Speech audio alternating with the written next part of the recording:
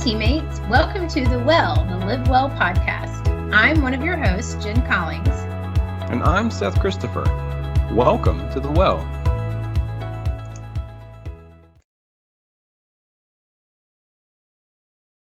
Seth, it's December. We made it.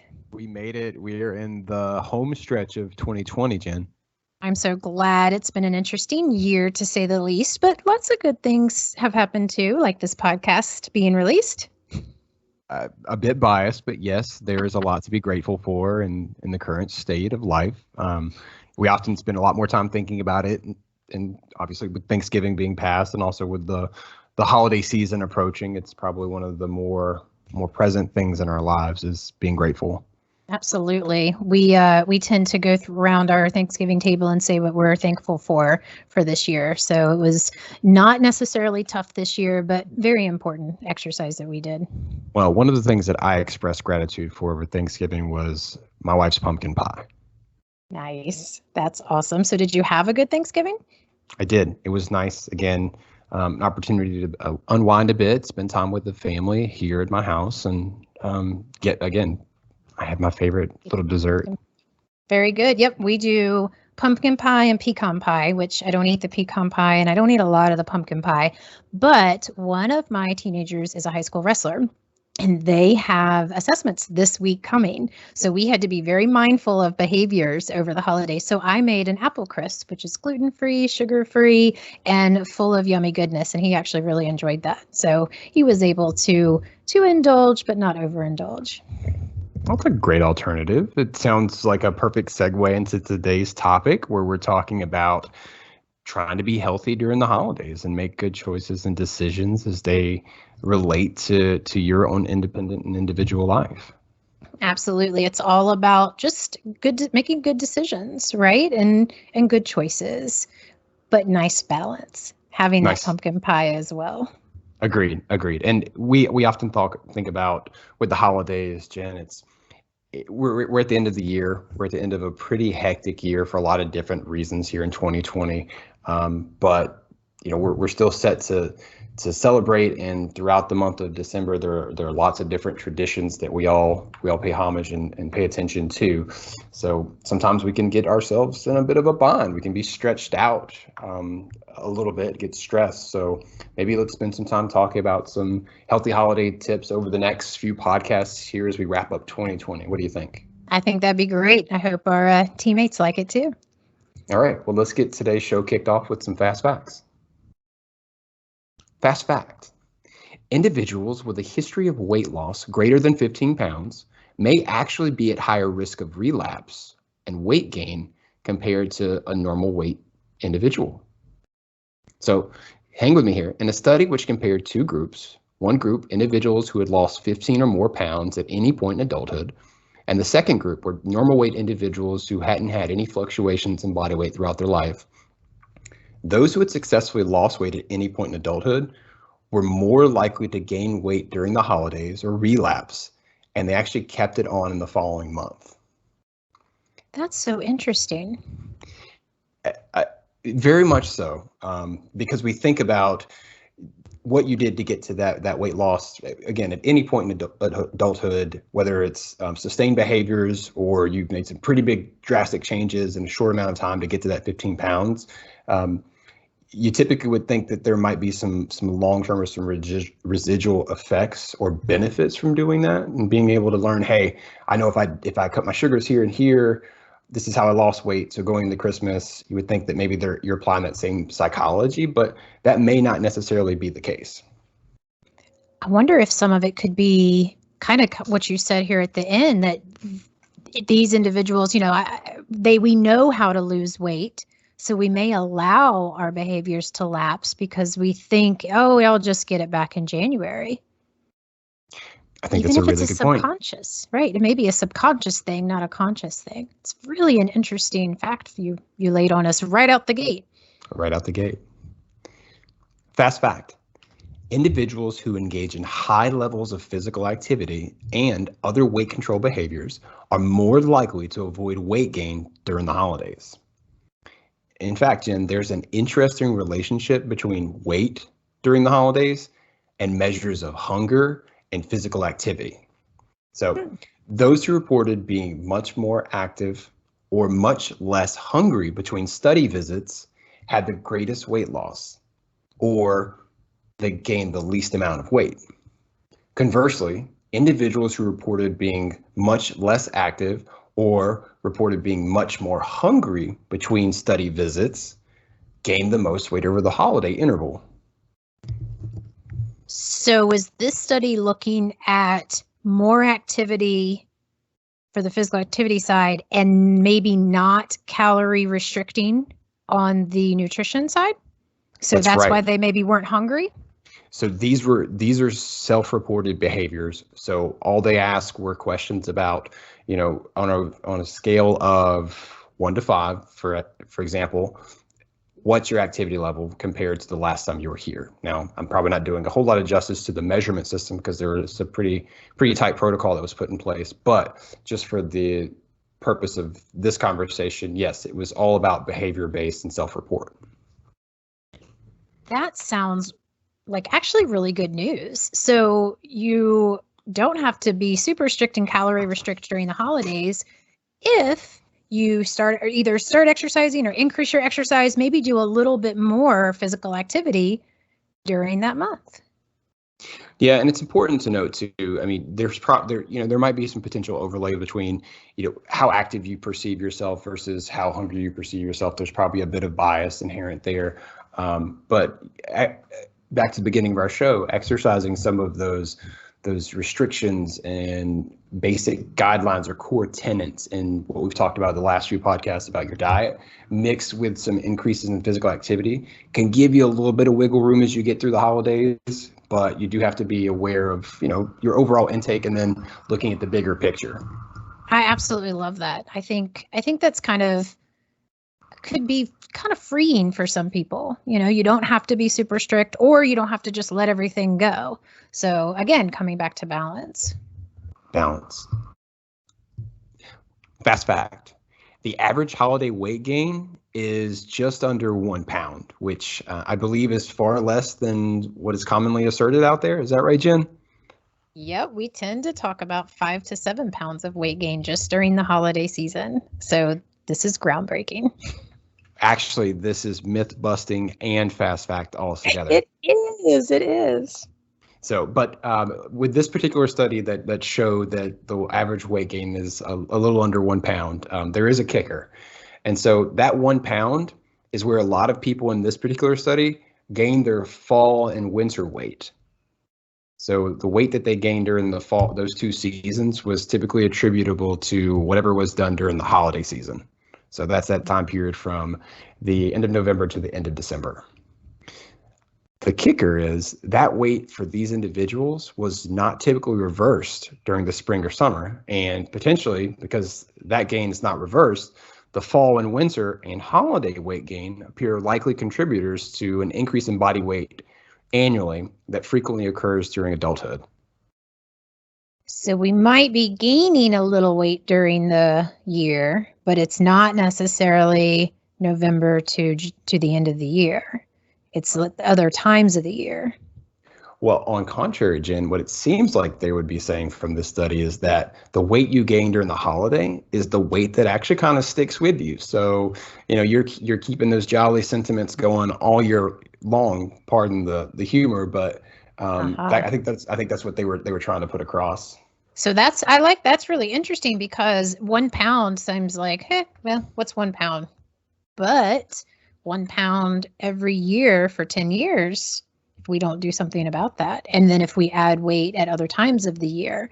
So then I can see where maybe the myth, if you will, of 5 to 7 maybe came in.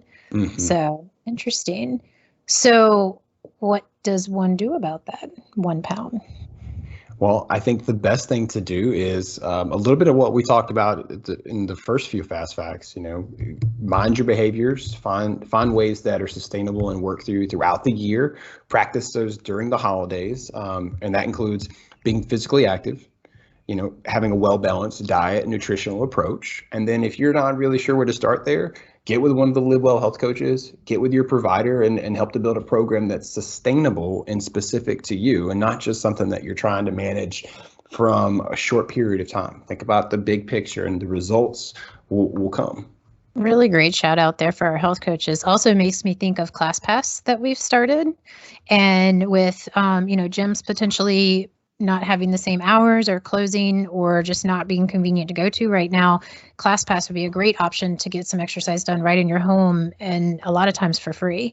So that would be another great connection point for teammates, I think. All right, great facts there. Like that. You ready to do some myth busting? Let's bust some myths. All right, I got some pretty good ones here for you. Myth number 1, sugar makes kids hyperactive.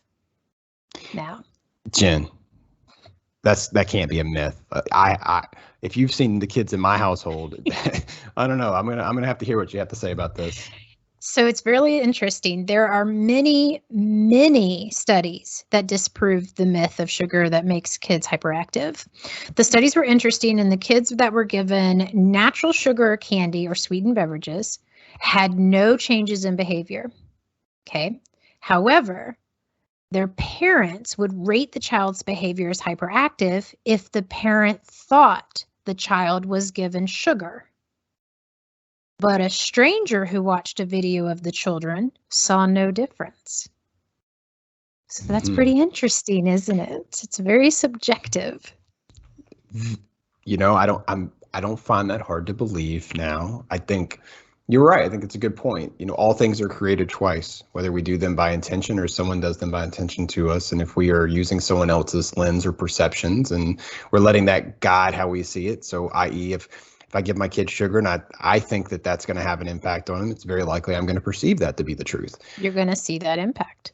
All right. All right. Okay. I'll buy that. So pretty interesting. So this holiday season, as your children are eating, a little bit more sweets, it'd be interesting to maybe see if you can notice a difference. Now, what is the deal with kids' behavior, right? We definitely see that kids get a little more hyperactive at different times. So probably just excitement. Okay. So, not necessarily recommended to go let your kids go wild on sugar.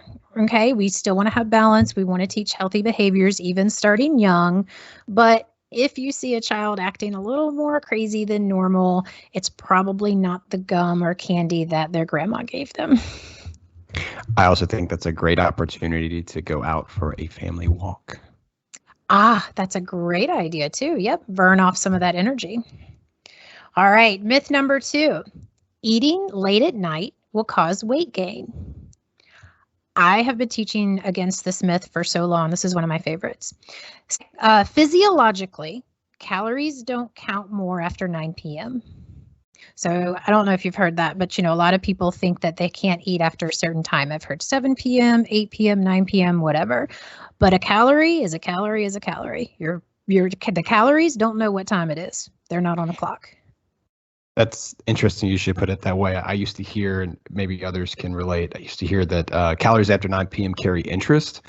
So they're accumulating a higher interest rate for your total count than those that happen or that you eat prior to 9 p.m. Clearly, that's not true. Yep, totally not true. What does happen, though, typically is it comes back to the behavior, not the time. Okay, eating late at night will not cause weight gain if you are eating within your calorie limit.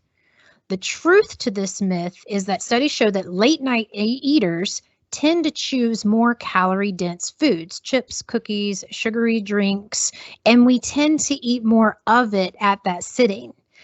So it's often will go on top of the regular calories that you've had during the day. So you are overindulging at night. So it's just a matter of going back to everything we keep saying, behavior, behavior, behavior. If you're an individual that, can't get dinner because you have a school activity, it's okay to eat after 9 o'clock if it works within your calorie limit. That's interesting. I'm thinking about, and I could be way off here. So, get me on the right track, Jen. Mm-hmm. If I spend all day, let's say I wake up at 6 a.m. and I'm planning out my breakfast, my snacks, my lunch, or just my daily nutrition. And I spend all that focus on it throughout the day. And then I have my last meal at 6 p.m. and then realize I'm actually kind of hungry on 9 p.m. before I go to bed. I wonder if there's a sense of or degree of mental fatigue that goes into, all right, well, I did really good at the beginning, but just like what you're saying is you could put in an extra 1,000 calories with some of these, chips and cookies and sugary drinks before you go to bed and kind of offset some of the work that you've been done. I know that's not intentional, but sounds like it happens. Right. Well, and it also depends. So you're on the right track because, again, a lot of times, what do we do at 9 p.m.? We settle in on the couch and we want to watch a show or watch Netflix or something. And we have the chips or the bag of popcorn right there and we're mindlessly eating. Right. But I would counter what you said with if you've planned out your day and it's, your meal was at 6 and then at 9 you're hungry. If you've exercised through the day, you now have a calorie bank. So you may hungry because you burned some of the calories that you've eaten through the day. So it's okay to have a small, healthy, light snack at 9 o'clock if that helps. I eat cereal before I go to sleep, and it's a healthy cereal with almond milk, but every single night. And when I try to break that habit, I don't sleep as well because I'm hungry, 9, 10 o'clock. So I find it to be something that's, just kind of helps my body to rest. And we're talking about a lot of maybes and mays and individual variability, which gets us back to this whole point of, hey, try to make the best decisions you can. Try to use some of the core habits and build towards those. But also sometimes it might be helpful to get someone who has some knowledge about these things, your provider, your trainer, your health coach, someone that can help to move you along and give you the type of guidance you need to know whether you're doing damage with that late night healthy almond milk cereal or not, which doesn't sound like you are, but for example, that might not be for everyone. It might not be. So. Right. Well, you bring up a good point, which reminds me of our last podcast when we had Jennifer, the dietitian. One of the things you said is you planned out your meals for the day. Remember, she talked about journaling and keeping a food log. So knowledge is power. You got to know what you got coming in and what's going out from your exercise so that you know where you are in the day. Also, really important as we're talking about healthy behaviors, do this when you're going to a holiday party or if you're having a holiday get together of some kind. Keep a log as well. Don't try to save up all those calories because you're going to be eating at the buffet all night. Keep doing what you need to do. Track your food and do the party eating as you normally would if it was part of the day. And as we're talking about the eating schedule, Jen, there's a lot of our teammates who they're not working 7 to 5, 8 to 5, 9 to 6. They're working late schedules, odd hours, 3 days, 4 days, consecutive weeks sometimes, especially now. So, it might also be finding what works within that schedule and using some of the principles that you've described here. I think that they carry weight and they fit in a lot of different circumstances and scenarios that our teammates might be facing. So great information there. Absolutely. And you said carry weight. Ha, ha, ha. It's just one of those jolly jokes I drop every now and then. No, but it's a good point because, if it goes back to a calorie is a calorie is a calorie, it doesn't know what time it is. People who work shift work, they have to change their eating schedule. And it doesn't, like I said, their calories the same at 10 p.m. as it would be at 10 a.m. It goes back to choices and behaviors. So really good point. All right. I want to talk about our Frosty 5K. Can we do that real quick? Maybe we should find out what's happening with Live Well. Yes, let's. Y'all know I'm excited about this. We've been talking about it for a couple of podcast episodes. So I have to tell you, we had 235 teammates register for our first ever virtual 5K. Pretty awesome. 235. Yep. Wow. Yep. If you missed registration, no worries. You can still participate in the run or walk. This is our Frosty 5K walk run. It's going to be next week. You can get your 3 miles in anytime between December 5th and December 12th. Get your families involved. Go for a walk with your teammates, with your department. Just complete your 5K And super important, don't forget to log the completion in the Total Health portal. If you do your 5K over a couple of days, just log those miles in on the days that you completed. Also, we have so much fun Yammer stuff coming up next week. And so look out at Yammer. We'll be doing communications all the week long with great motivational steps and a special Toned Up Tuesday. And it's going to be a really great week next week, all about Frosty 5K. It's super exciting that we're giving a full week to complete a 5K, but you get to log into the Total Health portal this time of year. You get to do it with your teammates, with your family. Find a fun way that works for you to get out and about, especially before it starts to get a little too cold to be outside, at least in my opinion. And get your 5K in, and then log it in the Total Health portal. That's a really, really, really fun event. Yep. And if next week's anything like this week's going to be, it really will be frosty because it's. All right. Lots of fun stuff happening in Live Well, Jen. Thanks for bringing that up. All right, Jen, what did we learn today? We learned it is so important to approach the holidays with a plan. We talked about it's been a long and difficult year, and we may feel like overindulging, right? But so we can still celebrate the season without going overboard. So, talking about this today, lots of healthy behaviors and planning, and not just throwing all caution to the wind. We also learned that people who continue or start healthy behaviors through the season find it easier to maintain their weight through the end of the year, and they don't have that lag in the behaviors once the new year starts. And then we learned that hyperactivity in kids might not be the sugar that you give them. They might just be excited about Santa. You're going to get a lot of direct messaging about that one. There might be some competition on whether that's true or not, but I'm buying it. It's all right. You know what? You gave me a fun idea. Maybe if your kid is acting really excited around the holidays, post a picture on Yammer on the page and say, "This is my kid excited for the holidays." That could be really fun. Anything I left out that we learned? No, find healthy behaviors. Try not to wait until January. Let's kick it off now. You've got all the resources available to you, teammates. Come through Live Well, work with your provider. We'll get you in the right place and make sure that you're doing everything you can be to be your best you now and in the future. So our next podcast will be airing on December 17th. And on that show, we will be finishing 2020 strong. Closing the door on 2020, opening the door to 2021.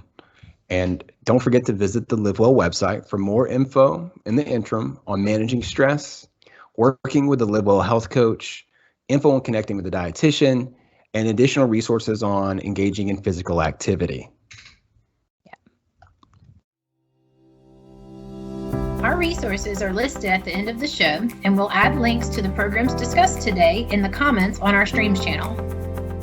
Looking for more things Live Well? Not following our Streams channel yet? Search The Well on Streams in Office 365 or find us on the Live Well website to access all our content. Thanks for listening to The Well today. Stay safe and live well.